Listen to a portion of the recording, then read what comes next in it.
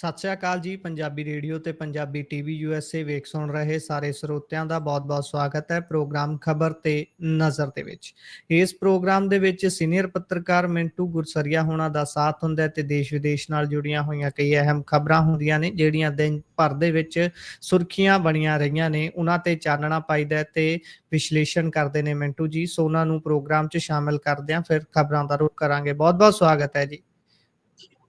ਸ਼ੁਕਰੀਆ ਜੀ ਸਾਰਿਆਂ ਨੂੰ। ਸਤਿ ਸ੍ਰੀ ਅਕਾਲ ਜੀ। ਸਤਿ ਸ਼੍ਰੀ ਅਕਾਲ ਜੀ। ਸੋ ਅੱਜ ਦੇ ਸਾਡੇ ਜਿਹੜੇ ਪ੍ਰੋਗਰਾਮ ਦੇ ਸਪਾਂਸਰਸ ਨੇ ਉਹਨਾਂ ਦਾ ਕਰ ਦਈਏ ਸਭ ਤੋਂ ਪਹਿਲਾਂ ਧੰਨਵਾਦ। ਖਾਲਸਾ ਇੰਸ਼ੋਰੈਂਸ ਲੰਬੇ ਸਮੇਂ ਤੋਂ ਇੰਸ਼ੋਰੈਂਸ ਦੇ ਖੇਤਰ ਦੇ ਵਿੱਚ ਸੇਵਾਵਾਂ ਨਿਭਾ ਰਹੇ ਨੇ। ਨੰਬਰ ਹੈ ਜੀ 408 272 2500। ਟਿਰਕਿਆਣਾ ਇਮੀਗ੍ਰੇਸ਼ਨ ਲਾ ਫਰਮ। ਜੇ ਟਿਰਕਿਆਣਾ ਹੁਣਾਂ ਨਾਲ ਸੰਪਰਕ ਕਰ ਸਕਦੇ ਹੋ ਜੇਕਰ ਇਮੀਗ੍ਰੇਸ਼ਨ ਬਾਬਤ ਕਿਸੇ ਤਰ੍ਹਾਂ ਦੀ ਸਲਾਹ ਕਰਨੀ ਹੈ। Krishan Dhanota Yuba City. Baljinder Singh Nijjar Woodland GN lube ਵਾਲੇ ਟਰੱਕ ਵਾਸ਼ ਕਰਦੇ ਨੇ, ਆਇਲ ਚੇਂਜ ਕਰਦੇ ਨੇ, 에ਅਰ ਬ੍ਰੇਕਸ ਦਾ ਕੰਮ ਤਸੱਲੀ ਬਖਸ਼ ਕਰਦੇ ਨੇ। ਤੁਸੀਂ ਨਾਲ ਦੀ ਨਾਲ ਇਹਨਾਂ ਦੇ ਕੋਲੋਂ ਨਵੇਂ ਪੁਰਾਣੇ ਟਾਇਰ ਵੀ ਖਰੀਦ ਸਕਦੇ ਹੋ। ਲੋਕੇਸ਼ਨ ਸੈਂਟਾਨੇਲਾ ਦੇ ਵਿੱਚ ਹੈ। ਨਿੰਮਾ ਸਹੋਤਾ ਹੁਣਾਂ ਦਾ ਨੰਬਰ ਤੁਹਾਡੇ ਨਾਲ ਸਾਂਝਾ ਕਰ ਲੈਂਦੇ ਆ। ਨੰਬਰ ਹੈ 209 277 0113। Jaswinder Singh Nagra Roseville Avtar Singh Sangha Yuba City. Baldev Singh Kang Yuba City. ਬਹੁਤ ਬਹੁਤ ਧੰਨਵਾਦ ਹੈ ਇਹਨਾਂ ਸਪਾਂਸਰਸ ਦਾ। ਤੇ ਹੁਣ ਰੁਕ ਕਰਦੇ ਹਾਂ ਜੀ ਖਬਰਾਂ ਦਾ। ਮਿੰਟੂ ਜੀ ਸਭ ਤੋਂ ਪਹਿਲੀ ਖਬਰ ਤੇ ਪਾਇਓ ਚਾਨਣਾ। ਕਹਿੰਦੇ ਅੱਜ ਅੰਮ੍ਰਿਤਸਰ ਦੇ ਵਿੱਚ ਇੱਕ ਧਮਾਕਾ ਹੋਇਆ ਹੈ ਤੇ ਇੱਕ ਵਿਅਕਤੀ ਦੀ ਜਾਨ ਵੀ ਚਲੀ ਗਈ ਹੈ ਤੇ ਦੱਸਿਆ ਇਹ ਜਾ ਰਿਹਾ ਕਿ ਉਹ ਵਿਅਕਤੀ ਇਸ ਜਿਹੜੀ ਧਮਾਕਾ ਖੇਜ਼ ਸਮੱਗਰੀ ਸੀ ਉਹਦੇ ਕੋਲ ਜਾ ਕੇ ਚੈੱਕ ਕਰ ਰਿਹਾ ਸੀ ਉਸ ਨੂੰ। ਕੁਛ ਨਹੀਂ ਕਿਹਾ ਜਾ ਸਕਦਾ। ਮੇਰੇ ਖਿਆਲ ਦੇ ਨਾਲ ਸਾਨੂੰ ਥੋੜਾ ਇਸ ਦੇ ਬਾਬਤ ਇੰਤਜ਼ਾਰ ਕਰ ਲੈਣਾ ਚਾਹੀਦਾ ਹੈ। ਕਿਉਂਕਿ ਜੀ ਦੇਖੋ ਇਹ ਤੇ ਸਾਫ਼ ਆ ਕਿ ਮਾਝੇ ਦੀ ਧਰਤੀ ਤੇ ਬਹੁਤ ਕੁਝ ਹੋ ਰਿਹਾ ਹੈ। ਮਤਲਬ ਜੇ ਤੁਸੀਂ ਦੇਖੋਗੇ ਤਾਂ ਵਸੂਲੀ ਦੀਆਂ ਘਟਨਾਵਾਂ ਮੇਰੇ ਖਿਆਲ ਦੇ ਨਾਲ ਚੌਥਾ ਹਿੱਸਾ ਜਿਹੜਾ ਹੈ ਉਹ ਕੱਲੀਆਂ ਮਾਝੇ 'ਚ ਹੀ ਵਾਪਰਦੀਆਂ। ਜੇ ਆਪਾਂ ਦੇਖੀਏ ਤਾਂ 80% ਕਹਿ ਲਈਏ, ਚੌਥਾ ਹਿੱਸਾ ਛੱਡ ਦਈਏ, ਚਾਰ ਹਿੱਸੇ ਆਪਣੇ ਇੱਥੋਂ ਦੀ ਆ। ਫਿਰ ਜੇ ਇਸ ਤੋਂ ਇਲਾਵਾ ਜੇ ਤੁਸੀਂ ਬਲਾਸਟਾਂ ਵਾਲਾ ਸਿਲਸਿਲਾ ਦੇਖੋਗੇ ਤੇ ਲਗਭਗ 95-97% ਹੀ ਇੱਥੇ ਵਾਪਰਿਆ ਸਾਰਾ ਕੁਛ ਜੀ। ਤੋ ਇਸ ਕਰਕੇ ਮੇਰੇ ਖਿਆਲ ਦੇ ਨਾਲ ਹੁਣ ਦੇਖੋ ਪੁਲਿਸ ਦਾ ਆਫੀਸ਼ੀਅਲ ਬਿਆਨ ਤੇ ਇਹੀਓ ਆ ਕਿ ਜੋ ਕੁਝ ਅਸੀਂ ਉਹਦੀ ਜੇਬ ਚੋਂ ਬਰਾਮਦ ਕੀਤਾ, ਜੋ ਬਰਾਮਦਗੀ ਹੁਣ ਤੱਕ ਹੋਈ ਹੈ, ਉਹਦਾ ਸਿੱਟਾ ਇਹ ਕੱਢਿਆ ਜਾ ਰਿਹਾ ਕਿ ਕੁਝ ਅੱਤਵਾਦੀ ਜਥੇਬੰਦੀਆਂ ਤੇ ਸ਼ੱਕ ਆ ਕਿ ਉਹਨਾਂ ਵੱਲੋਂ ਭਜਵਾਇਆ ਗਿਆ ਸੀ। ਤੇ ਨਾਲ ਜਿਹੜੇ DIG ਬਾਰਡਰ ਰੇਂਜ ਆ ਉਹ ਤੇ ਇਹ ਗੱਲ ਕਹਿੰਦੇ ਆ ਕਿ ਦਰਅਸਲ ਇਦਾਂ ਦਾ ਸਾਰਾ ਸਿਨੈਰੀਓ ਆ ਕਿ ਸ਼ਾਇਦ ਇਹ ਹੀ ਐਕਸਪਲੋਸਿਵ ਚੁੱਕਣ ਆਇਆ ਸੀ ਬੰਦਾ ਜੀ। ਹਾਲਾਂਕਿ ਦੇਖੋ ਚੀਜ਼ਾਂ ਕਈ ਹੁੰਦੀਆਂ ਨੇ ਕਿ ਕੀ ਬੰਦਾ ਕੋਲ ਜਾ ਕੇ ਚੈੱਕ ਕਰ ਰਿਹਾ ਸੀਗਾ, ਪਰ ਤੁਸੀਂ ਇਹ ਦੇਖੋ ਕਿ ਜੇ ਮੰਨ ਲਓ ਕਿਸੇ ਨੇ ਫਿੱਟ ਕਰਨਾ ਹੁੰਦਾ ਤਾਂ ਸੁਨਸਾਨ ਜਗ੍ਹਾ ਤੇ ਕਿਉਂ ਫਿੱਟ ਕਰੇਗਾ? ਠੀਕ ਹੈ ਨਾ ਜੀ। ਕਿਸੇ ਬੰਦੇ ਨੇ ਜੇ ਮੰਨ ਲਓ ਨੁਕਸਾਨ ਦੀ ਮਨਸ਼ਾ ਦੇ ਨਾਲ ਕੋਈ ਧਮਾਕਾ ਖੇਜ ਸਮੱਗਰੀ ਰੱਖਣੀ ਹੈ, ਗੁਰਪ੍ਰੀਤ ਜੀ ਕਾਮਨ ਸੈਂਸ ਹੈ ਨਾ ਕਿ ਉਹ ਤੇ ਭੀੜ ਭੜੱਕੇ ਜਾਂ ਜਿੱਥੇ ਨੁਕਸਾਨ ਜ਼ਿਆਦੇ ਦੀ ਸੰਭਾਵਨਾ ਹੈ ਉੱਥੇ ਹੀ ਰੱਖੇਗਾ। ਤੇ ਇਹ ਜਿਹੜਾ ਪਰਾਂ ਮਜੀਠੇ ਨੂੰ ਜਾਂਦਾ ਰੋਡ, ਇਹਦਾ ਗਾਂ ਪਿੰਡ ਆਉਂਦਾ ਇੱਕ ਨਸ਼ਹਿਰਾ। ਨਸ਼ਹਿਰੇ ਦੇ ਸੁਨਸਾਨ ਮਤਲਬ ਕਿ ਸੜਕ ਦਾ ਜਿਹੜਾ ਕੰਢਾ ਹੈ ਉੱਥੇ ਇਹ ਸਾਰਾ ਕੁਝ ਵਾਪਰਿਆ। ਜਦੋਂ ਜ਼ੋਰ ਨਾਲ ਠਾ ਮਤਲਬ ਕਿ ਹੋਇਆ, ਖੜਾਕ ਹੋਇਆ, ਲੋਕ ਉੱਥੇ ਭੱਜ ਕੇ ਗਏ ਨੇ ਤੇ ਇਹ ਬੰਦਾ ਜਿਹੜਾ ਕਿ ਥੱਲਿਓਂ ਵੀ ਉੱਡ ਗਿਆ ਤੇ ਬਾਹਾਂ ਵੀ ਉੱਡ ਗਈਆਂ, ਵਿਚਾਲੜਾ ਧੜ ਜਿਹਾ ਰਹਿ ਗਿਆ। ਉਹ ਵੀਡੀਓ 'ਚ ਥੋੜਾ ਜਿਹਾ ਸਹਿਕਦਾ ਨਜ਼ਰ ਆਉਂਦਾ, ਐ ਜ਼ੋਰ ਲਾ ਕੇ ਪਾਸਾ ਜਿਹਾ ਪਲਟਦਾ ਤੇ ਬਸ ਮੇਰੇ ਖਿਆਲ ਦੇ ਨਾਲ ਉੱਥੇ ਹੀ ਇਹ ਖਤਮ ਹੋ ਜਾਂਦਾ। ਤੇ ਪ੍ਰਤੱਖਦਰਸ਼ੀ ਇਹ ਦੱਸਦੇ ਆ ਕਿ 30-35 ਸਾਲ ਇਹਦੀ ਏਜ ਹੈਗੀ ਆ। ਤੇ ਮਤਲਬ ਕਿ ਇਹ ਆਪਣੇ ਆਪ ਦੇ ਵਿੱਚ ਇੱਕ ਬੜਾ ਵੱਡਾ ਸਵਾਲ ਹੈ ਕਿ ਜੇ ਇਹ ਬੰਦਾ ਚਲੋ ਕੋਈ ਚੈੱਕ ਕਰ ਰਿਹਾ ਸੀ, ਵੇਖ ਰਿਹਾ ਸੀਗਾ, ਤਾਂ ਉਹਦੀ ਇੱਕ ਤੇ ਪਛਾਣ ਜਿਹੜੀ ਉਹ ਜਨਤਕ ਹੁਣ ਤੱਕ ਹੋ ਜਾਣੀ ਚਾਹੀਦੀ ਸੀ ਕਿ ਇਹ ਆਮ ਬੰਦਾ। ਤੇ ਦੂਜਾ ਹੈ ਕਿ ਜਿਹੜਾ ਰੱਖਣ ਵਾਲਾ ਫਿਰ ਉਹ ਸੁੰਨਸਾਨ ਜਗ੍ਹਾ ਤੇ ਜਾਂ ਤਾਂ ਲੁਕਾ ਕੇ ਰੱਖ ਰਿਹਾ ਕਿ ਕੋਈ ਆ ਕੇ ਉੱਥੋਂ ਪੁੱਟ ਕੇ ਲੈ ਜਾਵੇ। ਤੇ ਜੇ ਨੁਕਸਾਨ ਦੀ ਮਨਸ਼ਾ ਨਾਲ ਦੇਖੀਏ ਤਾਂ ਫਿਰ ਕੋਈ ਸੁੰਨਸਾਨ ਜਗ੍ਹਾ ਤੇ ਕਿਉਂ ਰੱਖੇਗਾ? ਤੇ ਜ਼ਿਆਦਾਤਰ ਆਪਾਂ ਬਲਾਸਟ ਦੇਖੇ ਜਿਹੜੇ ਗ੍ਰਨੇਡ ਹਮਲੇ ਹੋਏ ਆ ਉਹ ਸਾਰੇ ਦੇ ਸਾਰੇ ਤਕਰੀਬਨ ਪੁਲਿਸ ਸਟੇਸ਼ਨ ਜਾਂ ਚੌਂਕੀਆਂ ਜਾਂ ਬੰਦ ਪਏ ਸਟੇਸ਼ਨ ਜਾਂ ਚੌਂਕੀਆਂ ਦੇ ਇਰਦ ਗਿਰਦ ਯਾਨੀ ਨੇੜੇ ਤੇੜੇ ਹੋਏ ਨੇ ਜੀ। ਇਹ ਆਪਣੇ ਆਪ ਦੇ ਵਿੱਚ ਕਾਫੀ ਵੱਡਾ ਸਵਾਲ ਹੈ ਕਿ ਜਿਸ ਵੇਲੇ ਐਡੀ ਵੱਡੀ ਕਹਿ ਲਓ ਕਿ ਲੜਾਈ ਕਹਿ ਲਓ ਜਾਂ ਇੱਕ ਕੌਨਫਲਿਕਟ ਕਹਿ ਲਓ ਜਾਂ ਯੁੱਧ ਵਰਗਾ ਜਿਹੜਾ ਮਾਹੌਲ ਰਿਹਾ ਭਾਰਤ ਤੇ ਪਾਕਿਸਤਾਨ ਦਾ, ਉਸ ਤੋਂ ਬਾਅਦ ਬਾਰਡਰ ਰੇਂਜ ਦੇ ਵਿੱਚ ਇਸ ਤਰ੍ਹਾਂ ਇਹ ਸਭ ਕੁਝ ਹੋ ਜਾਣਾ, ਇਹ ਬਹੁਤ ਵੱਡਾ ਸਵਾਲ ਆ। ਕਿਉਂਕਿ ਥੋੜੇ ਦਿਨ ਪਹਿਲਾਂ ਤੱਕ ਤੇ ਜੰਗਬੰਦੀ ਜਿਹੜੀ ਆ ਉਹ ਚਰਚਾ ਦਾ ਵਿਸ਼ਾ ਸੀਗਾ ਨਾ। ਤਾਂ ਜੀ ਜੰਗਬੰਦੀ ਹੋਈ ਨੂੰ ਕੋਈ ਜ਼ਿਆਦਾ ਟਾਈਮ ਨਹੀਂ ਹੋਇਆ, ਤਾਂ ਉਹਦੇ ਮਤਲਬ ਕਿ 20-25 ਦਿਨ ਦੇ ਅੰਦਰ ਅੰਦਰ, ਉਸ ਵਕਫੇ ਦੇ ਅੰਦਰ ਅੰਦਰ ਇਹ ਸਭ ਕੁਝ ਵਾਪਰਨਾ ਸ਼ੁਰੂ ਹੋ ਗਿਆ ਮੁੜ ਤੋਂ। ਤਾਂ ਕਿਤੇ ਨਾ ਕਿਤੇ ਲਾਅ ਐਂਡ ਆਰਡਰ ਤੇ ਤਾਂ ਗੁਰਪ੍ਰੀਤ ਜੀ ਸਵਾਲ ਬੜੇ ਤਗੜੇ ਹੋ ਜਾਂਦੇ ਨੇ ਨਾ। ਤਾਂ ਬਹਰਹਾਲ ਇਹੀ ਜਾਣਕਾਰੀ ਆ, ਆਫੀਸ਼ੀਅਲੀ ਤੇ ਇਹੋ ਆ ਕਿ ਸੰਭਾਵਨਾ ਜਤਾਈ ਜਾ ਰਹੀ ਹੈ ਜੀ ਕਿ ISI ਨਾਲ ਜੁੜੀਆਂ ਤਾਰਾਂ, BKI ਨਾਲ ਜੁੜੀਆਂ ਤਾਰਾਂ, ਇਹ ਆਫੀਸ਼ੀਅਲੀ ਸਟੇਟਮੈਂਟ ਆ। ਪਰ ਕਾਫੀ ਕੁਛ ਆ ਜਿਹੜਾ ਕਿ ਅਸਪਸ਼ਟ ਆ ਹਾਲੇ, ਕਿ ਬੰਦਾ ਕੌਣ ਸੀ, ਕਿ ਇਹ ਬੰਦਾ ਕੈਰੀ ਕਰ ਰਿਹਾ ਸੀ ਜਾਂ ਉੱਥੇ ਚੁੱਕਣ ਆ ਰਿਹਾ ਸੀ, ਜਾਂ ਜਿਵੇਂ ਤੁਸੀਂ ਇੱਕ ਸ਼ਬਦ ਇਸਤੇਮਾਲ ਕੀਤਾ ਕਿ ਚੈੱਕ ਕਰ ਰਿਹਾ ਸੀ, ਕੀ ਕੁਝ ਆ, ਇਹ ਸਾਰਾ ਜਾਂਚ ਪੜਤਾਲ ਦਾ ਵਿਸ਼ਾ ਹੈ। ਪਰ ਇਹ ਬੰਦਾ ਬਚਣ ਦਾ ਕੋਈ ਅਸਾਰ ਹੀ ਨਹੀਂ ਸੀ ਹੈਗਾ। ਉਹ ਸ਼ੁਰੂ 'ਚ ਹੀ ਆਪਾਂ ਵੀਡੀਓ 'ਚ ਦੇਖ ਸਕਦੇ ਹਾਂ ਕਿ ਇਹਦੀਆਂ ਥੱਲੇ ਲੱਤਾਂ ਉੱਡ ਗਈਆਂ ਸੀ, ਬਾਹਾਂ ਦਾ ਇੱਕ ਵੱਡਾ ਹਿੱਸਾ ਜਿਹੜਾ ਨਾਲੋਂ ਉੱਡ ਗਿਆ ਸੀ। ਇਦਾਂ ਲੱਗਦਾ ਕਿ ਜਿਵੇਂ ਇਹਨੇ ਚੁੱਕ ਕੇ ਦੇਖਿਆ, ਚਾਹੇ ਤੇ ਜੀ ਚੁੱਕਣ ਆਇਆ ਸੀ ਜਾਂ ਉੱਥੇ ਪਿਆ ਚੁੱਕਿਆ, ਤੇ ਬਲਾਸਟ ਜਿਹੜਾ ਮਤਲਬ ਕਿ ਇਹਦੇ ਹੱਥਾਂ ਵਾਲੀ ਜਗ੍ਹਾ ਤੇ ਜਾਂ ਪੈਰਾਂ ਵਾਲੀ ਜਗ੍ਹਾ ਤੇ ਹੀ ਹੋਇਆ ਲੱਗਦਾ ਹੈ ਜੀ।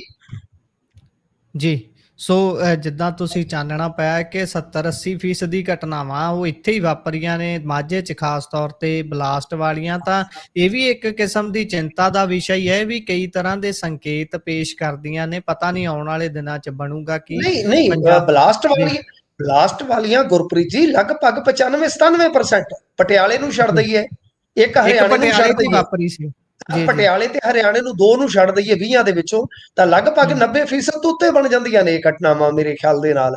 ਚਲੋ, ਯਾਨੀ ਜੇ ਆਪਾਂ ਦੇਖੀਏ, ਜੇ ਫਰੌਤੀ ਵਸੂਲੀ ਵੀ ਦੇਖੀਏ, ਜੀ ਤਾਂ ਮੇਰੇ ਖਿਆਲ ਦੇ ਨਾਲ ਉਹ ਵੀ 80% ਘਟਨਾਵਾਂ ਇੱਥੇ ਵਾਪਰ ਰਹੀਆਂ ਨੇ।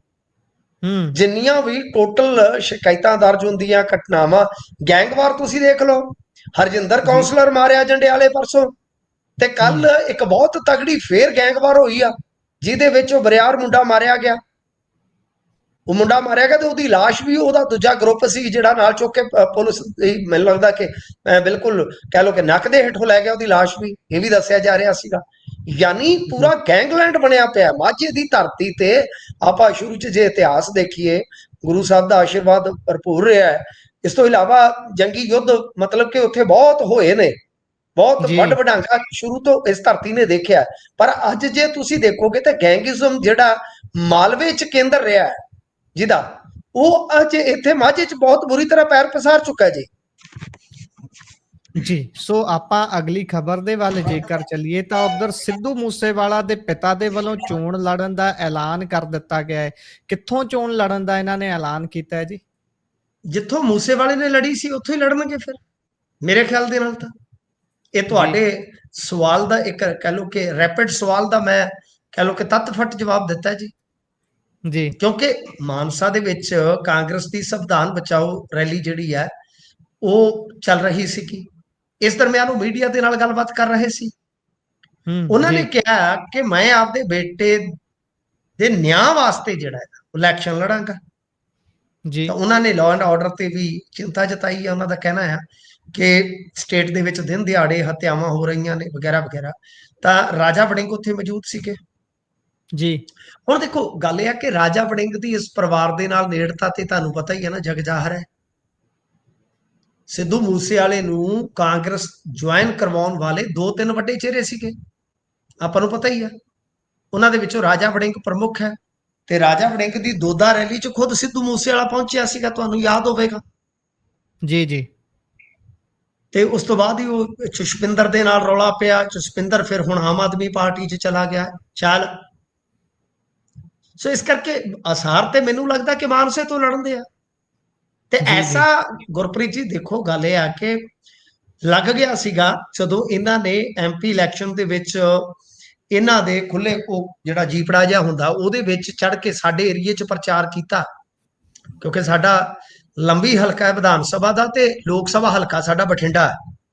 ਜੀ ਤਾਂ ਜਦੋਂ ਬਲਕੌਰ ਸਿੱਧੂ ਨੂੰ ਇੱਥੇ ਲਿਆਂਦਾ ਗਿਆ ਸੀਗਾ, ਸਾਡਾ ਏਰੀਆ ਯਾਨੀ ਇਹੋ ਹੀ ਆ, ਮਾਲਵੇ ਵਾਲਾ ਹੀ ਆ, ਮਾਲਵਾ ਪੱਟੀ ਆ। ਤੇ ਲੋਕਾਂ ਨੇ ਅੰਦਾਜ਼ਾ ਲਾ ਲਿਆ ਸੀਗਾ ਕਿ ਬਲਕੌਰ ਸਿੱਧੂ ਜੇ ਇੱਥੋਂ ਆਪਾਂ ਦੇਖ ਰਹੇ ਹਾਂ ਕਿ ਇਹਨਾਂ ਦੀ ਸਪੋਰਟ ਕਰ ਰਹੇ ਨੇ, ਖੁੱਲੇ ਰੂਪ ਦੇ ਵਿੱਚ ਆ ਕੇ ਇਹਨਾਂ ਦਾ ਪ੍ਰਚਾਰ ਕਰ ਰਹੇ ਨੇ ਕਿ ਆਉਣ ਵਾਲੇ ਸਮੇਂ ਦੇ ਵਿੱਚ ਉਹ ਖੁਦ ਵੀ ਉਮੀਦਵਾਰ ਹੋ ਸਕਦੇ ਆ।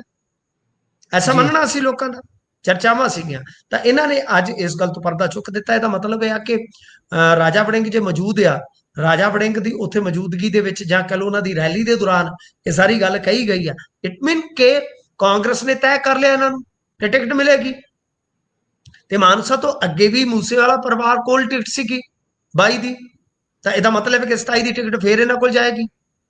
ਪਰ ਮੇਰੇ ਖਿਆਲ ਦੇ ਨਾਲ, ਦੇਖੋ ਇਹ ਮੇਰਾ ਓਪੀਨੀਅਨ ਹੈ, ਕੋਈ ਸਹਿਮਤ ਹੋਵੇ ਕੋਈ ਅਸਹਿਮਤ ਹੋਵੇ, ਮੇਰੇ ਖਿਆਲ ਦੇ ਨਾਲ ਬਲਕੌਰ ਸਿੱਧੂ ਦਾ ਇਹ ਫੈਸਲਾ ਜਿਹੜਾ ਹੈ ਉਹ ਇਹਨਾਂ ਹਾਲਾਤਾਂ ਦੇ ਮੱਦੇਨਜ਼ਰ ਹੁਣ ਠੀਕ ਨਹੀਂ ਜਾਪਦਾ।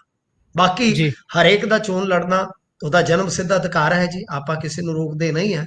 ਪਰ ਜਿਸ ਤਰ੍ਹਾਂ ਦੇ ਹਾਲਾਤ ਬਣਦੇ ਨਜ਼ਰ ਆ ਰਹੇ ਨੇ, ਠੀਕ ਹੈ ਮਾਨਸਾ ਦੇ ਵਿੱਚ ਕਾਂਗਰਸ ਜਾਂ ਸਿੱਧੂ ਫੈਮਿਲੀ ਜਿਹੜੀ ਆ, ਠੀਕ ਆ ਆਪਣੇ ਪੱਧਰ ਤੇ ਪ੍ਰਦਰਸ਼ਨ ਕਰ ਸਕਦੀ ਹੈ, ਜਿੱਤ ਵੀ ਸਕਦੇ ਨੇ। ਪਰ ਜਿਸ ਤਰ੍ਹਾਂ ਮਤਲਬ ਕਿ ਉਹਨਾਂ ਨੂੰ ਹਮਦਰਦੀ ਪਿਆਰ ਮਿਲਦਾ ਹੈ ਨਾ, ਉਹ ਸਾਰਿਆਂ ਦਾ ਮਿਲਦਾ। ਤਾਂ ਜਦੋਂ ਤੁਸੀਂ ਪਾਰਟੀ ਵਿਸ਼ੇਸ਼ ਦੇ ਹੋ ਜਾਂਦੇ ਹੋ ਜਾਂ ਮਤਲਬ ਕਿ ਇਦਾਂ ਇੱਕ ਧਿਰ ਦੇ ਪਲੜੇ 'ਚ ਤੁਲ ਜਾਂਦੇ ਹੋ, ਤਾਂ ਜਿਹੜੇ ਲੋਕ ਤੁਹਾਨੂੰ ਮਤਲਬ ਕਿ ਦੂਸਰੀਆਂ ਵਿਚਾਰਧਾਰਾਵਾਂ ਦੇ ਹੁੰਦੇ ਆ ਜਾਂ ਦੂਸਰੀਆਂ ਪਾਰਟੀਆਂ ਨਾਲ ਜੁੜੇ ਲੋਕ ਪਿਆਰ ਕਰਦੇ ਹੋ, ਫਿਰ ਸਾਈਡ ਤੇ ਹੋਣ ਲੱਗ ਜਾਂਦੇ ਨੇ। ਸੋ ਇਹ ਚੀਜ਼ਾਂ ਦਾ ਫਰਕ ਪੈਂਦਾ, ਚਾਹੇ ਤੁਸੀਂ ਪੱਤਰਕਾਰ ਹੋ, ਚਾਹੇ ਤੁਸੀਂ ਸੈਲੀਬ੍ਰਿਟੀ ਹੋ, ਚਾਹੇ ਕੋਈ ਵੀ ਹੈ। ਤਾਂ ਜੀ, ਇਹ ਮੇਰੇ ਖਿਆਲ ਦੇ ਨਾਲ ਡਿਸੀਜਨ ਜਿਹੜਾ, ਚਲੋ ਇਹਨਾਂ ਦਾ ਆਪਣਾ, ਆਪਾਂ ਰੋਕ ਨਹੀਂ ਸਕਦੇ, ਪਰ ਇਸ ਡਿਸੀਜਨ ਦਾ ਮੈਨੂੰ ਲੱਗਦਾ ਕਿ ਠੀਕ ਆ, ਉਹਨਾਂ ਨੂੰ ਵੀ ਅਹਿਸਾਸ ਹੋਏਗਾ ਕਿ ਨੁਕਸਾਨ ਵੀ ਹੋ ਸਕਦਾ, ਪਰ ਜੇ ਉਹਨਾਂ ਨੇ ਲਿਆ ਡਿਸੀਜਨ ਤਾਂ ਸਵਾਗਤ ਹੋਣਾ ਚਾਹੀਦਾ ਜੀ। ਜੀ। ਸੋ ਅਗਲੀ ਖਬਰ ਤੇ ਚੱਲੀਏ ਤਾਂ ਉਧਰ ਥਾਰ ਵਾਲੀ ਬੀਬੀ ਦਾ ਰਿਮਾਂਡ ਮਿਲ ਗਿਆ। ਵੇਖੋ ਥਾਰ ਵਾਲੀ ਬੀਬੀ, ਮੈਂ ਅੱਜ ਵੀ ਇੱਕ ਨਾ ਗੱਲ ਕਹਿੰਦਾ ਪਿਆ ਸਰ ਗੁਰਪ੍ਰੀਤ ਜੀ, ਕਿ ਜੀ, ਮੈਂ 10-12 ਸਾਲਾਂ ਦਾ ਇੱਕ ਨਿਚੋੜ ਕੱਢਿਆ ਵਾ ਕਿ ਇੱਕ ਸਾਡੇ ਕੈਰੀਅਰ ਦੇ ਵਿੱਚ ਆਈ ਸੀ ਹਨੀਪ੍ਰੀਤ, ਤੇ ਦੂਜੀ ਮੈਂ ਜੀ, ਆ ਬੀਬੀ ਵੇਖੀ ਆ। ਹਨੀਪ੍ਰੀਤ ਬਗੈਰ 6 ਮਹੀਨੇ ਸਾਲ ਸਾਡੀਆਂ ਖਬਰਾਂ ਹੀ ਨਹੀਂ ਚੱਲੀਆਂ। ਮਤਲਬ ਕਿ ਨਾ ਕਰਦੇ ਹਾਂ ਤੇ ਮੈਸੇਜ ਆ ਜਾਂਦਾ ਸੀ ਕਿ ਉਹ ਹਨੀਪ੍ਰੀਤ ਦਾ ਕੀ ਬਣਿਆ। ਮਤਲਬ ਕਿ ਬੱਚੇ ਤੋਂ ਬਜ਼ੁਰਗ ਤੱਕ ਸਾਰਿਆਂ 'ਚ ਜਿਗਿਆਸਾ ਹੁੰਦੀ ਸੀ ਕਿ ਹਨੀਪ੍ਰੀਤ ਕਿੱਥੇ ਆ, ਕੀ ਕਰਦੀ ਆ, ਕੀ ਖਾਂਦੀ ਜੀ, ਪੀਂਦੀ ਆ, ਟੁੱਟ ਪੈਣੀ ਲੱਭੇਗੀ ਕਿ ਨਹੀਂ ਲੱਭੇਗੀ। ਹਨੀਪ੍ਰੀਤ ਜੀ, ਹਨੀਪ੍ਰੀਤ ਹੁੰਦੀ ਰਹੀ। ਚਲੋ ਉਹਦਾ ਕੰਮ ਨਿਬੜਿਆ। ਉਸ ਤੋਂ ਬਾਅਦ ਕਈ ਸਾਲਾਂ ਬਾਅਦ ਬਈ ਆਹ ਬੀਬੀ ਮੈਂ ਵੇਖੀ ਆ, ਇੰਨੀ ਡਿਮਾਂਡ ਖਬਰਾਂ 'ਚ, ਇੰਨੀ ਡਿਮਾਂਡ, ਇੰਨੀ ਟ੍ਰੈਂਡਿੰਗ 'ਚ, ਲੋਕ ਰੀਲਾਂ ਹੀ ਵੇਖੀ ਜਾਂਦੇ ਆ, ਰੀਲਾਂ ਹੀ ਵੇਖੀ ਜਾਂਦੇ ਆ, ਉਹਦੀਆਂ ਪੁਰਾਣੀਆਂ ਰੀਲਾਂ ਹੀ ਵੇਖੀ ਜਾਂਦੇ ਆ, ਵੇਖੀ ਜਾਂਦੇ ਆ, ਵੇਖੀ ਜਾਂਦੇ ਆ, ਪਤਾ ਨਹੀਂ ਕੀ ਹੋ ਰਿਹਾ। ਤਾਂ ਖੈਰ ਗੱਲ ਇਹ ਆ ਕਿ ਅੱਜ ਕੋਈ ਵੀ ਤੁਸੀਂ ਸੋਸ਼ਲ ਮੀਡੀਆ ਚੱਕ ਲਓ, ਮੇਨ ਸਟ੍ਰੀਮ ਦਾ ਮੀਡੀਆ ਚੱਕ ਲਓ, ਥਾਰ ਵਾਲੀ ਥਾਰ ਵਾਲੀ ਥਾਰ ਵਾਲੀ ਹੋਈ ਪਈ ਆ। ਮਤਲਬ ਕਿ ਮੈਨੂੰ ਲੱਗਦਾ ਕਿ ਇਹਨੂੰ ਤੇ ਸੱਦ ਕੇ ਮਹਿੰਦਰਾ ਨੂੰ ਸਨਮਾਨਿਤ ਕਰਨਾ ਚਾਹੀਦਾ। ਇੰਨੀ ਤੇ ਸੁਨੰਦਾ ਸ਼ਰਮਾ ਨੇ ਥਾਰ ਦੀ ਮਸ਼ਹੂਰੀ ਨਹੀਂ ਸੀ ਕੀਤੀ ਜਿੰਨੀ ਇਹਨੇ ਕਰਵਾ ਦਿੱਤੀ ਆ। ਬਹਿ ਜਾ ਹੋ ਜੀ, ਗਈ ਜੀ, ਆ। ਇਹਨੂੰ ਸ਼ਾਇਦ ਥਾਰ ਮੈਨੂੰ ਲੱਗਦਾ ਇੱਕ ਫ੍ਰੀ 'ਚ ਦੇ ਦੇਣੀ ਮਹਿੰਦਰਾ ਨੇ, ਜਿੰਨੀ ਇਹਦੀ ਮਸ਼ਹੂਰੀ ਕਰਵਾ ਦਿੱਤੀ ਆ। ਤਾਂ ਬਹਰਹਾਲ ਦੇਖੋ ਹੁਣ ਆਪਾਂ ਮਸ਼ਹੂਰੀ ਰੋਕੀਏ ਇਹਦੀ, ਗੱਲ ਇਹ ਆ ਕਿ ਹੂੰ, ਵਿਜੀਲੈਂਸ ਨੇ 5 ਦਿਨ ਦਾ ਰਿਮਾਂਡ ਲੈ ਲਿਆ। ਉਧਰੋਂ ਅਫਸਾਨਾ ਦੀ ਭੈਣ ਹੈ, ਕੋਈ ਮੈਨੂੰ ਤਾਂ ਪਤਾ ਅੱਜ ਲੱਗਿਆ ਹੈ ਤੇ ਮੇਰੇ ਗਵਾਂਢੀ ਨੇ, ਕਿ ਰਫਤਾਰ ਜੀ, ਕੌਰ, ਉਹ ਹੁਣ ਜੀ, ਬੜੀ ਰਫਤਾਰ 'ਚ ਇੰਟਰਵਿਊ ਉਹ ਦੇ ਰਹੀ ਹੈ, ਕਹਿੰਦੀ ਕਿ ਮੇਰੀ ਯਾਰੀ ਦੋਸਤੀ ਜ਼ਰੂਰ ਸੀ, ਸਾਡੇ ਘਰੋਂ ਵਿਜੀਲੈਂਸ ਵਾਲੇ ਲੈ ਕੇ ਜ਼ਰੂਰ ਆਏ ਆ, ਪਰ ਉਹਦਾ ਸਾਡਾ ਕੋਈ ਲੱਲਾ ਖੱਖਾ ਨਹੀਂ, ਫਸਾਨਾ ਦਾ ਕੋਈ ਲੱਲਾ ਖੱਖਾ ਨਹੀਂ ਹੈ। ਦੇਖੋ ਮੇਰਾ ਮਤਲਬ ਕਿ ਘਰ ਆ, ਮੇਰੇ ਘਰ 'ਚ ਕੋਈ ਮੇਰਾ ਭਰਾ ਆਉਂਦਾ, ਯਾਰ ਦੋਸਤ ਆਉਂਦਾ, ਤੇ ਮੇਰੀ ਬੀਵੀ ਨੂੰ ਪਤਾ ਨਾ ਹੋਵੇ ਯਾਰ ਕਿ ਕੌਣ ਆਉਂਦਾ ਇਹਦੇ ਕੋਲ, ਇਹ ਵੀ ਕਮਾਲ ਦੀਆਂ ਜੀ, ਗੱਲਾਂ ਨੇ। ਖੈਰ ਚਲੋ ਇਹ ਵੀ ਇਤਫਾਕ ਆ ਕਿ ਫਤਿਹ ਸਿੰਘ ਵਾਲਾ ਜਿਹੜਾ ਪਿੰਡ ਆ, ਚੱਕ ਫਤਿਹ ਸਿੰਘ, ਉਹਦੇ ਤੇ ਗੁਰਾ ਚੱਕ ਵਾਲੇ ਨੇ ਗਾਣਾ ਵੀ ਗਾਇਆ, ਚੱਕ ਫਤਿਹ ਸਿੰਘ ਵਿਹਲੜ, ਚੱਕ ਫਤਿਹ ਸਿੰਘ ਪਿੰਡ ਦੇ ਜੋ ਵਿਹਲੜ ਮੁੰਡੇ ਸਾਰੇ, ਅੱਗੇ ਕਈਆਂ ਦੇ ਨਾਂ ਜੀ, ਲੈ ਕੇ ਕਹਿੰਦਾ। ਤਾਂ ਗੱਲ ਇਹ ਆ ਕਿ ਚੱਕ ਫਤਿਹ ਸਿੰਘ ਵਾਲਾ ਪਿੰਡ ਹੈ ਜਿਹੜਾ, ਉਹ ਮਾਸਟਰ ਜਗਸੀਰ ਸਿੰਘ ਦਾ ਵੀ ਪਿੰਡ ਹੈ, ਭੁੱਚੋ ਵਾਲੇ ਐਮਐਲਏ ਜੀ, ਦਾ। ਉੱਥੇ ਹੂੰ, ਸੁਖਬੀਰ ਸਿੰਘ ਬਾਦਲ ਦੇ ਨਾਨਕੇ ਆ, ਉਹੀ ਗੋਰਾ ਚੱਕ ਵਾਲੇ ਦਾ ਪਿੰਡ ਹੈ ਜੀ, ਉਹੀ ਮੈਨੂੰ ਲੱਗਦਾ ਇਸ ਬੀਬੀ ਦਾ ਪਿੰਡ ਆ, ਤੇ ਬਾਤ ਨੂੰ ਹੀ ਆ ਕੇ ਫੜੀ ਗਈ। ਇਤਫਾਕ ਦੇਖੋ ਇਹ ਵੀ ਕਮਾ ਲਿਆ। ਤਾਂ ਮੁਸਕਰਾ ਰਹੇ ਨੇ ਗੁਰਪ੍ਰੀਤ ਜੀ। ਤਾਂ ਇਤਫਾਕ ਕਈ ਵਾਰ ਇਸ ਤਰ੍ਹਾਂ ਦੇ ਹੋ ਜਾਂਦੇ ਨੇ ਜੀ। ਹੁਣ ਗੱਲ ਇਹ ਹੈ ਕਿ ਭਾਈ ਉਹਦਾ 5 ਦਿਨ ਦਾ ਰਿਮਾਂਡ ਹੋ ਗਿਆ। ਜੀ, ਅਸਲ 'ਚ ਗੁਰਪ੍ਰੀਤ ਜੀ ਇਸ ਗੱਲ ਨੂੰ ਮਤਲਬ ਕਿ ਲਮਕਾਉਣ ਦਾ ਜਾਂ ਕਹਿ ਲਓ ਵਧਾਉਣ ਦਾ ਕੋਈ ਫਾਇਦਾ ਨਹੀਂ ਹੈਗਾ। ਐਡੀ ਗੱਲ ਨਹੀਂ ਸੀ ਜਿੱਡੀ ਤੂੰ ਟੁੱਟ ਪੈਣਿਆ ਬਣਾ ਕੇ ਬਹਿ ਗਏ ਹੋ, ਕੁਛ ਨਹੀਂ ਹੈ। ਇਹਦੇ ਵਰਗੀਆਂ ਬੀਬੀਆਂ ਕਈ ਟ੍ਰੈਂਡ 'ਚ ਆਉਂਦੀਆਂ, ਕਈ ਚਲੇ ਜਾਂਦੀਆਂ ਨੇ, ਕੁਝ ਨਹੀਂ ਹੋਣਾ। ਗੱਲ ਅਸਲ ਦੇ ਵਿੱਚ ਇਹ ਆ ਕਿ ਇਹਦੀ ਇੰਟਰਵਿਊ ਦਾ ਖਲਾਰਾ ਪੈ ਰਿਹਾ ਸੀਗਾ। ਲੋਕ ਜੀ, ਪਹਿਲਾਂ ਹੀ, ਹੁਣ ਦੇਖੋ ਤੁਸੀਂ ਕੱਲ ਮੈਨੂੰ ਸਵਾਲ ਕੀਤਾ ਸੀ ਕਿ ਜੀ ਕਮਰਸ਼ੀਅਲ ਤੇ ਨਾਨ ਕਮਰਸ਼ੀਅਲ ਕੀ ਹੁੰਦੀ ਹੈ। ਹੁਣ ਜਿਹੜਾ ਇੰਟਰਵਿਊ ਜੀ। ਲੈਣ ਵਾਲਾ ਸੀ, ਦੇਖੋ ਕਿੱਡਾ ਵੱਡਾ ਪੱਤਰਕਾਰ ਹੈ, ਉਹਨੂੰ ਵੀ ਨਹੀਂ ਪਤਾ ਹੈ। ਉਹ ਕਹਿ ਰਿਹਾ ਹੂੰ। ਕਿ ਤੇਰੀ ਬੇਲ ਕਿਵੇਂ ਹੋ ਗਈ ਇੰਨੇ ਦਿਨਾਂ 'ਚ, ਜਦ ਕਿ ਮੈਂ ਇਸ ਗੱਲ ਦੀ ਭਵਿੱਖਬਾਣੀ ਕਰ ਦਿੱਤੀ ਸੀ ਕਿ ਹਾਰਡਲੀ ਇਹ ਮਹੀਨਾ ਕੱਢੇਗੀ ਜੇਲ੍ਹ 'ਚ, ਇਹਦੀ ਜ਼ਮਾਨਤ ਹੋ ਜੀ। ਜਾਣੀ ਹੈ। ਤੇ ਜੀ, ਤੁਸੀਂ ਤੁਸੀਂ ਕਿਹਾ ਸੀ। ਦੇਖੋ ਕਿ ਜਦੋਂ ਪੱਤਰਕਾਰਾਂ ਨੂੰ ਹੀ ਨਹੀਂ ਪਤਾ, ਆਪਣੇ ਵਰਗੇ ਮੀਡੀਆ ਕਰਮੀਆਂ ਨੂੰ ਹੀ ਨਹੀਂ ਪਤਾ, ਤੇ ਜਨਤਾ ਨੂੰ ਸਰਕਾਰ ਕਿੱਦਾਂ ਸਮਝਾਏਗੀ ਕਿ ਨਾ ਜੀ। ਵੀ ਇਹਦੀ ਬੇਲ ਹੋ ਜਾਣੀ ਸੀਗੀ। ਤਾਂ ਇਸ ਕਰਕੇ ਲੋਕ ਕਹਿ ਰਹੇ ਸੀ ਇਹਨੂੰ ਮਿੰਟਾਂ 'ਚ ਕਢਾ ਕਿਵੇਂ ਦਿੱਤਾ, ਵੀ ਇਹਦੇ ਤੇ ਵੱਡੇ ਵੱਡੇ ਅਧਿਕਾਰੀਆਂ ਦੇ ਨਾਲ ਵੀ ਹੈਗੇ ਨੇ, ਤਾਲੁਕਾਤ ਨੇ, ਜਾਣ ਪਛਾਣ ਹੈ, ਇਹਦੇ ਤੋਂ ਸਰਕਾਰ ਡਰਦੀ ਆ, ਇਹਦੇ ਘਰ ਲਿਆਵੇ ਖਾਂ ਬਲਡੋਜ਼ਰ। ਉਹ ਲੋਕ ਹਲੇ ਇਹ ਗੱਲਾਂ ਕਰਦੇ, ਸਾਨੂੰ ਉੱਤੋਂ ਬੀਬੀ ਆ ਗਈ, ਉਹਨੇ ਹੈ ਤੇ ਜੀ। ਸਾਰਾ ਕੁਝ, ਮੈਂ ਤੇ ਜਾਊਂਗੀ ਕੋਰਟ, ਮੈਂ ਤੇ ਕਰਾ ਦੂੰਗੀ ਤਸੱਲੀਆਂ। ਤਾਂ ਇਹ ਡਰ ਗਏ ਐਕਚੁਅਲ 'ਚ, ਇਹਨਾਂ ਜੀ। ਨੂੰ ਲੱਗਾ ਕਿ ਇਹ ਬੀਬੀ ਤੇ ਧਮਾਕੇ ਕਰੇਗੀ। ਸੋ ਇਸ ਕਰਕੇ ਇਹਨਾਂ ਨੇ ਕੇਸ ਕੂਸ ਤੇ ਪਹਿਲਾਂ ਹੀ ਤਿਆਰ ਕੀਤਾ ਹੁੰਦਾ, ਤੁਹਾਨੂੰ ਪਤਾ ਬੰਦੇ ਦਾ ਇਲਾਜ ਤੇ ਇਹਨਾਂ ਨੇ ਜਿਹੜੇ ਦਾ ਕਰਨਾ ਹੁੰਦਾ ਉਹ ਪਹਿਲਾਂ ਹੀ ਇਹਨਾਂ ਨੇ ਕੀਤਾ ਹੁੰਦਾ ਸਾਰਾ ਬੰਦੋਬਸਤ, ਲਿਹਾਜ਼ਾ ਉਹ ਫਿਰ ਕੇਸ ਜਿਹੜਾ ਸੀਗਾ ਉਹਦੇ 'ਚ ਇਹਨੂੰ ਨਾਮਜ਼ਦ ਕਰਕੇ ਤੇ 5 ਦਿਨ ਦਾ ਰਿਮਾਂਡ ਲੈ ਲਿਆ। ਲੁਧਿਆਣਾ ਜਿਮਨੀ ਚੋਣ ਜੇ ਨਾ ਹੁੰਦੀ ਤੇ ਸ਼ਾਇਦ ਇਹਦਾ ਖਲਾਰਾ ਇਹਨਾਂ ਨਾ ਪੈਂਦਾ। ਬਹਰਹਾਲ ਇਹਨਾਂ ਨੇ ਜਲਦੀ ਤੋਂ ਜਲਦੀ ਕਿਹਾ ਕਿ ਬੀਬੀ ਨੂੰ ਸੰਭਾਲ ਦਿਓ, ਐਵੇਂ ਰੌਲਾ ਪਾਏਗੀ ਉਦੋਂ ਨੂੰ ਇਲੈਕਸ਼ਨ ਹੋ ਜਾਏਗਾ। ਜੀ, ਇਸੇ ਦੇ ਨਾਲ ਜੁੜੀ ਹੋਈ ਤੁਹਾਨੂੰ ਇੱਕ ਹਾਸੇ ਵਾਲੀ ਗੱਲ ਦੱਸ ਦਿੰਦਾ ਮੈਂ। ਕਿਤੇ ਬੀਬੀਆਂ ਅੱਜ ਜੀ ਕੱਲ੍ਹ ਨਾ ਆਪਣੀਆਂ ਬਜ਼ੁਰਗ ਬੀਬੀਆਂ ਦੇ ਕੋਲ ਵੀ ਫੋਨ ਨੇ, ਕਿਉਂਕਿ ਹਰੇਕ ਘਰ 'ਚ ਤਾਂ NRI ਹੈ, ਬੱਚੇ ਬਾਹਰ ਨੇ ਤੇ ਉਹਨਾਂ ਨਾਲ ਗੱਲ ਕਰਨੀ ਹੁੰਦੀ ਹੈ। ਉਹ ਇੱਕ ਬੀਬੀ ਮੈਨੂੰ ਕਹਿੰਦੀ ਆ ਵੀ ਉਹ ਜਿਹੜੀ ਤੁਸੀਂ ਕਹਿੰਦੇ ਥਾਰ ਵਾਲੀ ਫੜੀ ਸੀ, ਉਹ ਤਾਂ ਰੋਜ਼ ਵੀਡੀਓ ਪਾਉਂਦੀ ਆ ਫੋਨ ਦੇ ਨਾਲ, ਹਾਂ, ਵੀਡੀਓ ਬਣਾ ਕੇ ਐ ਫਲਾਨਾ ਟਮਕਾਨਾ। ਉਹਨਾਂ ਨੂੰ ਹੁਣ ਕੌਣ ਦੱਸੇ ਬਜ਼ੁਰਗਾਂ ਨੂੰ ਵੀ ਭਾਈ ਉਹ ਤਾਂ ਪਤਾ ਨਹੀਂ ਕਦੋਂ ਦੀਆਂ ਬਣੀਆਂ ਹੋਈਆਂ ਨੇ, ਉਹ ਗਾਂਹ ਤੋਂ ਗਾਂਹ ਤੁਹਾਨੂੰ ਦਿਖੀ ਉਹਨਾਂ ਨੂੰ ਤੁਸੀਂ ਜਾਂਦੀਆਂ ਨੇ। ਸਮਝਾਉਣਾ ਸੀ, ਉਹ ਇੰਨੀਆਂ ਪਾ ਚੁੱਕੀ ਹੈ ਕਿ ਜੇ ਸਾਲ 2 ਸਾਲ ਵੀ ਅੰਦਰ ਰਹੀ ਤੇ ਤਾਂ ਵੀ ਤੁਹਾਡੇ ਕੋਲ ਨਿਤ ਨਵੀਂ ਆ ਜਾਇਆ ਕਰਨੀ ਆ। ਨਿੱਤ ਨਵੀਂ ਆ ਜਾਇਆ ਕਰਨੀ। ਸੋ ਇਹ ਤਾਂ ਹਾਲ ਹੈ, ਇੱਕ ਸ਼ੋਅ ਆਫ ਵੀ ਮਾਰ ਲੈਂਦਾ ਹੈ ਨਾ ਇਹੋ ਜਿਹਾ। ਤਾਂ ਹੀ ਤਾਂ ਉਹ ਪੁੱਛੀ ਜਾਂਦੇ ਇੰਟਰਵਿਊਆਂ 'ਚ, ਕਹਿੰਦੇ ਰੋਲੈਕਸ ਘੜੀ ਆ, ਕਹਿੰਦੇ ਲੱਭੋ ਚੈੱਕ ਕਰੋ ਕਿੱਥੇ ਹੈ। ਚਲੋ ਬਾਕੀ ਆਪਾਂ ਅੱਗੇ ਚੱਲਦੇ ਹਾਂ। ਵਿਜੀਲੈਂਸ ਨੇ ਲੱਭ ਲਈ ਆ ਫਿਰ। ਜੀ, ਲੱਭ ਲਈ, ਫਿਰ ਉਹਨਾਂ ਨੇ ਚਾੜ ਵੀ ਦਿੱਤੀ ਪਟੇ ਤੇ, ਹੁਣ ਲਿਖ ਲਿਆ ਉਹਨਾਂ ਨੇ ਕਾਗਜ਼ਾਂ 'ਚ, ਤੇ ਦੇਖੋ ਅੱਗੇ ਬਣਦਾ ਕੀ ਹੈ। ਅੱਜ ਵੀ ਮੈਂ ਦੇਖ ਰਿਹਾ ਸੀ ਵੀਡੀਓ ਕਿ ਜਦੋਂ ਉਹ ਲੈਟਰ ਚਿਪਕਾਉਣ ਜਾਂਦੇ ਨੇ ਤਾਂ ਕਿੱਦਾਂ ਉੱਥੇ ਝੁਰਮਟ ਪੈ ਜਾਂਦਾ ਪੱਤਰਕਾਰਾਂ ਦਾ। ਸੋ ਅੱਗੇ ਚੱਲੀਏ ਜੀ, ਉਧਰ ਇਕੱਠ ਲਈ ਵਿਧਾਇਕ ਲਾਲਚ ਦੇ ਰਹੇ ਨੇ। ਹੁਣ ਐ ਹੋਇਆ ਕਰਨਗੇ ਜੀ ਇਕੱਠ ਵੀ ਜੇ ਮੰਨ ਲਓ ਕੋਈ ਤੁਹਾਡੀ ਵਿਚਾਰਧਾਰਾ ਦੇ ਨਾਲ ਹੀ ਸਹਿਮਤ ਨਹੀਂ ਹੈ, ਤੁਹਾਡੀ ਪਾਰਟੀ ਦੀ ਵਿਚਾਰਧਾਰਾ ਨਾਲ ਸਹਿਮਤ ਨਹੀਂ ਹੈ, ਉਹ ਪਿੰਡ ਤਾਂ ਫਿਰ ਰੁਲ ਜੂ ਇਸ ਹਿਸਾਬ ਨਾਲ ਜੀ। ਇਹ ਦੇਖੋ ਗੱਲ ਇਹ ਆ ਕਿ ਹਰਮੀਤ ਸਿੰਘ ਪਠਾਨ ਮਾਜਰਾ ਦਾ ਐਲਾਨ ਆ ਕਿ ਵੀ ਜੀ। ਜਿਹੜਾ ਵੀ ਸਰਪੰਚ, ਕਿਉਂਕਿ ਮਾਨ ਸਾਹਿਬ, ਗੱਲ ਇਹ ਕਿ ਮਾਨ ਸਾਹਿਬ ਦੇ ਜਿਹੜੇ ਘਰੋਂ ਨੇ ਬੀਬੀ ਜੀ ਡਾਕਟਰ ਸਾਹਿਬਾਂ ਭੈਣ ਜੀ, ਜੀ। ਉਹਨਾਂ ਦੇ ਫੁੱਫੜ ਲੱਗਦੇ ਆ ਨਾ ਹਰਮੀਤ ਸਿੰਘ ਪਠਾਨ ਮਾਜਰਾ। ਹੁਣ ਗੱਲ ਜੀ। ਇਹ ਆ ਵੀ ਫੁੱਫੜ ਦੇ ਏਰੀਏ ਦੇ ਵਿੱਚ ਘਰ ਵਾਲੇ ਨੇ ਕਰਨੀ ਹੋਵੇ ਰੈਲੀ, ਹੂੰ। ਉਦਘਾਟਨ ਕਰਨਾ ਹੋਵੇ, ਦੁੱਧਨ ਸਾਧਾ, ਮੇਰਾ ਨਾਨਕ, ਇਹ ਹਰਮੀਤ ਸਿੰਘ ਪਠਾਨ ਮਾਜਰਾ ਸਮਝ ਲਓ ਵੀ ਸਾਡਾ ਵੱਡਾ ਭਰਾ ਹੀ ਆ, ਪਰ ਇਹਦੇ ਜੀ। ਪੰਗੇ ਤੁਹਾਨੂੰ ਪਤਾ ਉਹ ਆਪਦੀ ਜਗ੍ਹਾ, ਇਹ ਪੰਗੇਬਾਜ਼ ਵਿਧਾਇਕ ਹੀ ਆ। ਤਾਂ ਗੱਲ ਇਹ ਆ ਕਿ ਮੇਰਾ ਨਾਨਕਾ ਪਿੰਡ ਹੈ ਜੀ ਪਠਾਨ ਮਾਜਰਾ, ਤੇ ਉਹ ਜੀ। ਦੁੱਧਨ ਸਾਧਾ ਜਿੱਥੇ ਰੈਲੀ ਹੋਣੀ ਆ ਉਹ ਇਹਨਾਂ ਦੇ ਪਿੰਡਾਂ ਦੇ ਵਿੱਚ ਆ, ਤੇ ਉਹ ਸਬ ਤਹਿਸੀਲ ਸੀਗੀ, ਹੁਣ ਉਹਨੂੰ ਤਹਿਸੀਲ ਬਣਵਾ ਲਿਆ ਹਰਮੀਤ। ਮੈਂ ਜਿਵੇਂ ਤੁਹਾਨੂੰ ਦੱਸਿਆ ਕਿ ਇਹਦਾ ਫਿਰ ਉਹ ਡਾਕਟਰ ਸਾਹਿਬਾਂ ਦੇ ਨਾਲ ਹੈਗਾ, ਜੀ। ਠੀਕ ਹੈ ਨਾ ਜੀ, ਨੇੜ ਦਾ ਰਿਸ਼ਤਾ ਇਹਨਾਂ ਦਾ, ਤਾਂ ਉਹ ਫਿਰ ਇਹ ਕਰਵਾ ਲੈਂਦਾ ਕੰਮ, ਇਹਦਾ ਕੰਮ ਸਿੱਧਾ। ਇਹ ਕਿਉਂਕਿ ਕਾਲੀ ਨੇ, ਜੱਦੀ ਪੁਸ਼ਤੀ ਤੇ ਕਾਲੀ ਸੀ। ਇਹਨਾਂ ਦਾ ਜੀ। ਸਟਾਈਲ ਜਿਹੜਾ ਨਾ, ਜੇ ਤੁਸੀਂ ਚੰਗੀ ਤਰ੍ਹਾਂ ਘੋਖੋਗੇ, ਵਿਵਾਦ ਪੰਗੇ ਆਪਦੀ ਜਗ੍ਹਾ, ਉਹ ਤੇ ਜੀ। ਤੁਹਾਨੂੰ ਪਤਾ ਹੀ ਆ ਜੋ ਵੀ ਹੋਇਆ। ਜੇ ਤੁਸੀਂ ਇਹਨਾਂ ਦਾ ਵਰਕਿੰਗ ਸਟਾਈਲ ਦੇਖੋਗੇ ਨਾ, ਕੁਝ ਵਿਧਾਇਕਾਂ ਦਾ ਜਿਹੜੇ ਅਕਾਲੀ ਦਲ ਚੋਂ ਆਏ, ਉਹ ਕਾਲੀਆਂ ਦੇ ਹਿਸਾਬ ਨਾਲ ਹੀ ਚੱਲਦੇ ਆ। ਇਹਨਾਂ ਦੇ ਹਲਕੇ 'ਚ ਬਿਜਲੀ ਬੁਜਲੀ ਵਾਲਾ ਨਹੀਂ ਆਉਂਦਾ ਛੇਤੀ ਕਿਤੇ ਆ। ਜੀ। ਉਹ ਜਿਵੇਂ ਮਜੀਠੇ ਏਰੀਏ 'ਚ ਅੱਜ ਵੀ ਆਪਾਂ ਕਹਿੰਦੇ ਕਿ ਉਹ ਮਤਲਬ ਕਿ ਜਿਹੜੇ ਬਿਜਲੀ ਵਾਲੇ ਗਿੱਜੇ ਉਹ ਘੱਟ ਹੀ ਛਾਪੇ ਛੁਪੇ ਮਾਰਦੇ ਆ। ਮਤਲਬ ਕਿ ਵਰਕਿੰਗ ਸਟਾਈਲ ਇਹਨਾਂ ਦੇ ਇਦਾਂ ਦੇ ਨੇ। ਤਾਂ ਗੱਲ ਇਹ ਆ ਕਿ ਇਹ ਅਕਾਲੀਆਂ 'ਚ ਅੱਗੇ ਇਦਾਂ ਚੱਲਦਾ ਹੁੰਦਾ ਸੀ, ਤੁਹਾਨੂੰ ਪਤਾ ਹੀ ਆ। ਅਕਾਲੀ ਇਦਾਂ ਹੀ ਕਰਦੇ ਹੁੰਦੇ ਸੀਗੇ ਕਿ ਲਿਆਓ ਵੀ ਉਹ ਇੱਕ ਵਾਰੀ ਤੁਹਾਨੂੰ ਮੈਂ ਗੱਲ ਸੁਣਾਉਣਾ। ਅਸੀਂ ਜੀ। ਕਵਰੇਜ ਕਰ ਰਹੇ ਸੀਗੇ ਤੇ ਇੱਕ ਪਿੰਡ ਆ ਸਾਡੇ ਲਾਗੇ, ਚੇਅਰਮੈਨ ਦਾ ਪਿੰਡ ਸੀਗਾ, ਉੱਥੇ ਸੰਗਤ ਜੀ। ਦਰਸ਼ਨ ਸੀਗਾ ਬਾਦਲ ਸਾਹਿਬ ਦਾ, ਤੇ ਉਹ ਕਹਿੰਦੇ ਜੀ ਇੰਨੇ ਕਰੋੜ ਦੀ ਗ੍ਰਾਂਟ ਦੇ ਦਿਓ ਜੀ। ਉਹ ਬਣਾ ਕੇ ਉਹਨਾਂ ਨੇ ਖਾਕਾ ਸਾਰਾ ਨਾ ਤੇ ਬਾਦਲ ਸਾਹਿਬ ਦੇ ਟੇਬਲ ਤੇ ਰੱਖ ਦਿੱਤਾ। ਹੁਣ ਬਾਦਲ ਸਾਹਿਬ ਬੜੇ ਡੂੰਘੇ ਨੇਤਾ ਸੀਗੇ। ਦੇਖੋ ਕੁਆਲਿਟੀਆਂ ਹੁੰਦੀਆਂ ਨੇ, ਮੈਂ ਜੀ। ਆਲੋਚਕ ਰਿਹਾ, ਜਿਵੇਂ ਹੁਣ ਵਾਲੇ ਮੁੱਖ ਮੰਤਰੀ ਦੇ ਆਲੋਚਕ ਹੈ, ਸਰਕਾਰਾਂ ਦੇ ਆਲੋਚਕ, ਉਸ ਟਾਈਮ ਉਹਨਾਂ ਦੇ ਆਲੋਚਕ ਸਾਂ ਤੇ ਨੀਤੀਗਤ ਆਲੋਚਕ ਸਾਂ। ਤੇ ਇਦਾਂ ਮਤਲਬ ਕਿ ਕੁਆਲਿਟੀਆਂ ਵੀ ਹੁੰਦੀਆਂ, ਜਿਵੇਂ ਮਾਨ ਸਾਹਿਬ 'ਚ ਵੀ ਕੁਝ ਕੁਆਲਿਟੀਜ਼ ਹੋਣਗੀਆਂ। ਤਾਂ ਕਹਿਣ ਦਾ ਭਾਵ ਇਹ ਹੈ ਕਿ ਬਾਦਲ ਸਾਹਿਬ 'ਚ ਇੱਕ ਕੁਆਲਿਟੀ ਸੀ ਕਿ ਉਹ ਹਰੇਕ ਪਿੰਡ 'ਚ ਨਾ ਬੜਾ ਸ਼ਾਰਪਲੀ ਨਿਗਾਹ ਰੱਖਦੇ ਸੀ। ਉਹ ਕਹਿੰਦੇ ਕਿ ਜੀ, ਠੀਕ ਹੈ, ਕਰ ਦਿੰਦੇ ਕਾਕਾ, ਕਰ ਦਿੰਦੇ। ਕਹਿੰਦੇ ਕਾਕਾ ਲਿਸਟ ਜੀ ਲਿਆਈ। ਜਦੋਂ ਲਿਸਟ ਜੀ ਕੱਢ ਕੇ ਤੇ ਕਹਿੰਦੇ ਚੇਅਰਮੈਨ ਸਾਹਿਬ ਤੁਹਾਡਾ ਝਾੜ ਤੇ ਬਹੁਤ ਘੱਟ ਆ, ਤੇ ਉਸ ਹਿਸਾਬ ਨਾਲ ਤੁਸੀਂ ਗ੍ਰਾਂਟ ਜ਼ਿਆਦਾ ਮੰਗਣ ਡਏ ਹੋ। ਤੇ ਸਾਰੇ ਹੱਸ ਪਏ, ਝਾੜ ਦਾ ਮਤਲਬ ਕਿ ਵੋਟਾਂ ਤੁਹਾਡੇ ਪਿੰਡੋਂ ਘੱਟ ਨਿਕਲਦੀਆਂ। ਤਾਂ ਜੀ। ਮਤਲਬ ਸਿੱਧਾ ਹੀ ਹੈ ਕਿ ਬਈ ਵੋਟਾਂ ਵੱਧ ਕੱਢੋ ਤੇ ਪੈਸੇ ਵੱਧ ਲੈ ਲਓ। ਤਾਂ ਹੋ ਗਿਆ ਨਾ ਹੂੰ, ਵਰਕਿੰਗ ਸਟਾਈਲ ਉਦਾਂ ਦਾ ਹੀ।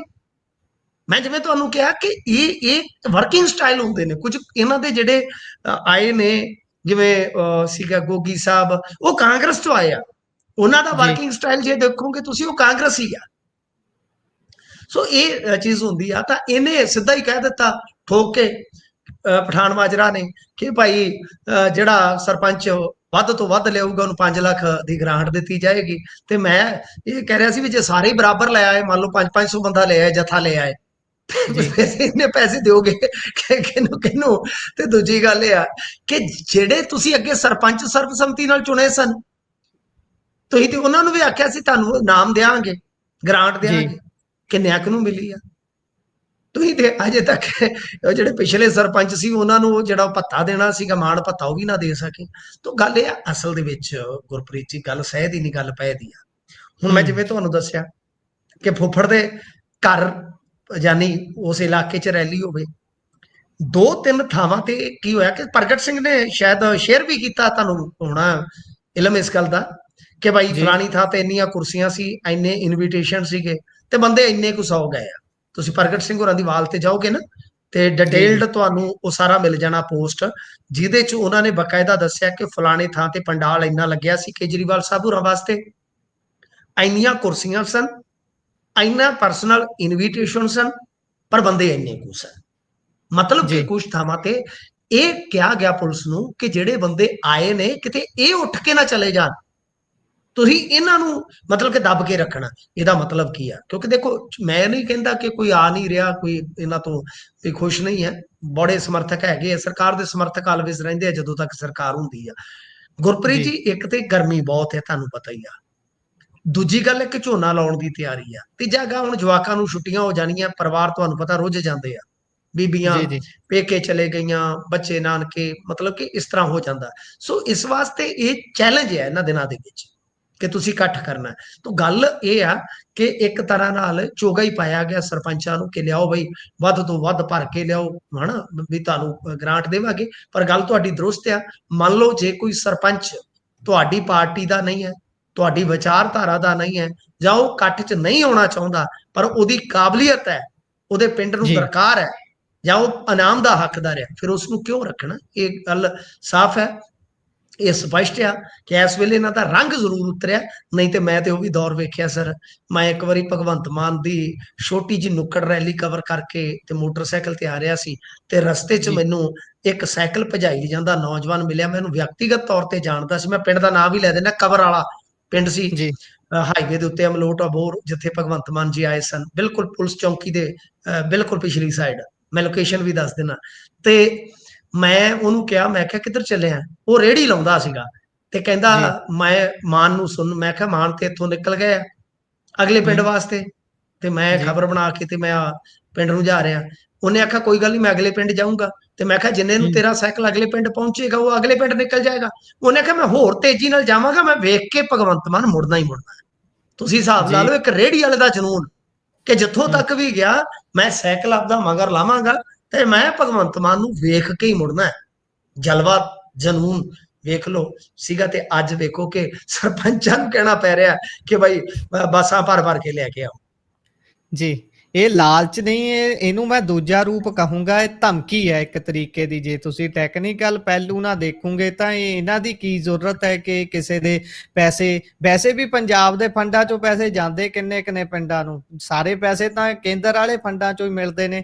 ਇਹ ਗੱਲਾਂ ਹੀ ਮਾਰਨ ਜੋਗੇ ਨੇ, ਕਰਨ ਜੋਗੇ ਕੁਛ ਨਹੀਂ। ਪਰ ਆਪਾਂ ਅੱਗੇ ਚੱਲੀਏ ਤਾਂ ਉਧਰ ਖਹਿਰਾ ਨੇ ਫੰਡਾਂ ਦੀ ਦੁਰਵਰਤੋਂ ਦੇ ਦੋਸ਼ ਲਾਏ ਨੇ ਜੀ। ਹਾਂ, ਬਿਲਕੁਲ ਫੰਡਾਂ ਦੀ ਗੱਲ ਜਿਵੇਂ ਤੁਸੀਂ ਕੀਤੀ ਆ, ਤਾਂ ਇਹਨਾਂ ਨੇ ਜੋ ਮਤਲਬ ਸ਼ਿਕਾਇਤ ਕੀਤੀ ਆ ਜਾਂ ਮੁੱਦਾ ਚੁੱਕਿਆ, ਤੁਹਾਨੂੰ ਪਤਾ ਇੱਕ ਬਹੁਤ ਕੁਆਲਿਟੀ ਹੈ ਸੁਖਪਾਲ ਖਹਿਰਾ ਦੀ ਪੋਲਿਟਿਕਸ ਦੇ ਵਿੱਚ। ਹਾਂ ਠੀਕ ਹੈ, ਤੁਸੀਂ ਜੀ ਕਿਸੇ ਮੌਕੇ ਤੇ ਅਸਹਿਮਤ ਵੀ ਹੋ ਸਕਦੇ ਹੋ ਕੁਛ ਇਹਨਾਂ ਦੀਆਂ ਚੀਜ਼ਾਂ, ਪਾਰਟੀ ਜਿੱਦਾਂ ਬਦਲਣੀ ਜਾਂ ਵਗੈਰਾ ਵਗੈਰਾ, ਉਹਨਾਂ ਦੇ ਸਿਆਸੀ ਕੈਰੀਅਰ ਤੇ ਤੁਸੀਂ ਆਪੋ ਆਪਣੇ ਹਿਸਾਬ ਨਾਲ ਸਵਾਲ ਵੀ ਚੱਕ ਸਕਦੇ ਹੋ। ਪਰ ਜਦੋਂ ਇਹ ਮੁੱਦਾ ਚੁੱਕਦੇ ਆ ਤਾਂ ਬੜਾ ਟੈਕਨੀਕਲੀ ਜਾਂ ਤਥਾਤਮਕ ਬੜਾ ਸਾਊਂਡ ਹੋ ਕੇ ਚੱਕਦੇ ਨੇ। ਇਹਨਾਂ ਨੇ ਹੁਣ ਕੀ ਚੁੱਕਿਆ, ਇਹ ਕਹਿੰਦੇ ਕਿ ਜਿਹੜੀ ਸਮਗਰ ਸਿੱਖਿਆ ਅਭਿਆਨ ਦੇ ਤਹਿਤ ਗ੍ਰਾਂਟ ਆਉਂਦੀ ਆ, ਤਾਂ ਗੱਲ ਇਹ ਆ ਕਿ ਉਸ ਗ੍ਰਾਂਟ ਦੀ ਮਿਸਯੂਜ਼ਿੰਗ ਹੋ ਰਹੀ ਆ। ਮਤਲਬ ਕਿ ਮਾਮੂਲੀ ਜਿਹਾ ਬੁਨਿਆਦੀ ਢਾਂਚੇ ਦੇ ਪ੍ਰੋਜੈਕਟਾਂ 'ਚ, ਜਿਵੇਂ ਕਿ ਟਾਇਲਟ ਆ, ਉਹਦੀ ਮੁਰੰਮਤ, ਕੋਈ ਉਦਘਾਟਨ, ਪਲੇਟਾਂ ਲਾਉਣੀਆਂ, ਇਹ ਸਾਰਾ ਕੁਝ ਪੈਸਾ ਜਿਹੜਾ ਡਾਇਵਰਟ ਕਰਕੇ ਲਾਇਆ ਜਾ ਰਿਹਾ ਹੈ। ਤੇ ਆਂਦੇ ਹੁੰਦੇ ਮਾਲ ਮਾਲਕਾਂ ਦਾ ਮਸ਼ਹੂਰੀ ਕੰਪਨੀ ਦੀ, ਯਾਨੀ ਕੰਪਨੀ। ਮੁੱਖ ਮੰਤਰੀ ਭਗਵੰਤ ਮਾਨ, ਸਿੱਖਿਆ ਮੰਤਰੀ ਹਰਜੋਤ ਬੈਂਸ ਜਾਂ ਮਾਨਯੋਗ ਸ਼੍ਰੀ ਕੇਜਰੀਵਾਲ ਜੀ। ਹੁਣ ਤੁਸੀਂ ਕਹੋਗੇ ਕਿ ਮਾਨਯੋਗ ਜਦੋਂ ਤੂੰ ਕਹਤਾ ਤੇ ਸ੍ਰੀ ਕਾ ਤੋਂ ਕਹੀ ਜੰਨਾ ਕੇਜਰੀਵਾਲ ਨੂੰ, ਤਾਂ ਮੇਰੀ ਨਜ਼ਰ ਦੇ ਵਿੱਚ ਸਰ ਵੱਡੇ ਮੁੱਖ ਮੰਤਰੀ ਉਹ ਨੇ। ਸੋ ਮੈਂ ਉਹਨਾਂ ਦਾ ਸਤਿਕਾਰ ਸਹਿਤ ਹੀ ਨਾਂ ਲਵਾਂਗਾ ਕਿ ਸ੍ਰੀ ਕੇਜਰੀਵਾਲ ਜੀ।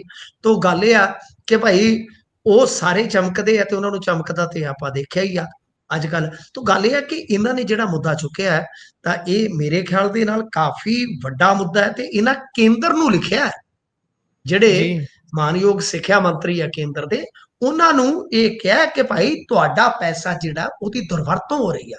ਦੇਖੋ ਇਹ ਪਤਾ ਨਹੀਂ ਹੁਣ ਤੱਥ ਇਹਨਾਂ ਦੇ ਕਿੰਨੇ ਕੁ ਸਹੀ ਨੇ, ਕਿਉਂਕਿ ਆਪਾਂ ਤੇ ਜੇ ਕ੍ਰਾਸ ਵੈਰੀਫਾਈ ਕਰੀਏ ਤੇ ਫਿਰ ਪਤਾ ਲੱਗੇਗਾ।